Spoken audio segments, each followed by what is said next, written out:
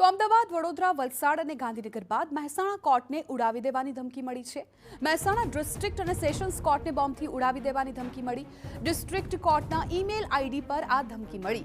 ઉડાવી દેવાની ધમકી બાદ કોર્ટ સંકુલને ખાલી કરાવાયું। મહેસાણા પોલીસ દ્વારા કોર્ટમાં ચેકિંગ કરી બંદોબસ્ત વધારાયો છે।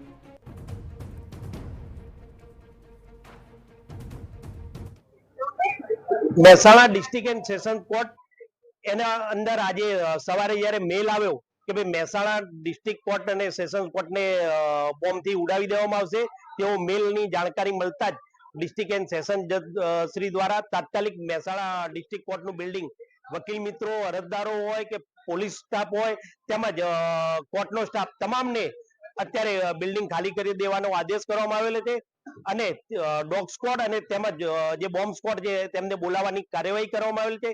વધુ વિગત તો ડોગ સ્ક્વોડ આવે અને બોમ્બ સ્ક્વોડ આવે ત્યારબાદ જ માહિતી મળે તેમ છે, પરંતુ અત્યારે હાલના સંજોગોમાં તમામ આખું બિલ્ડિંગ ખાલી કરી દેવામાં આવેલ છે।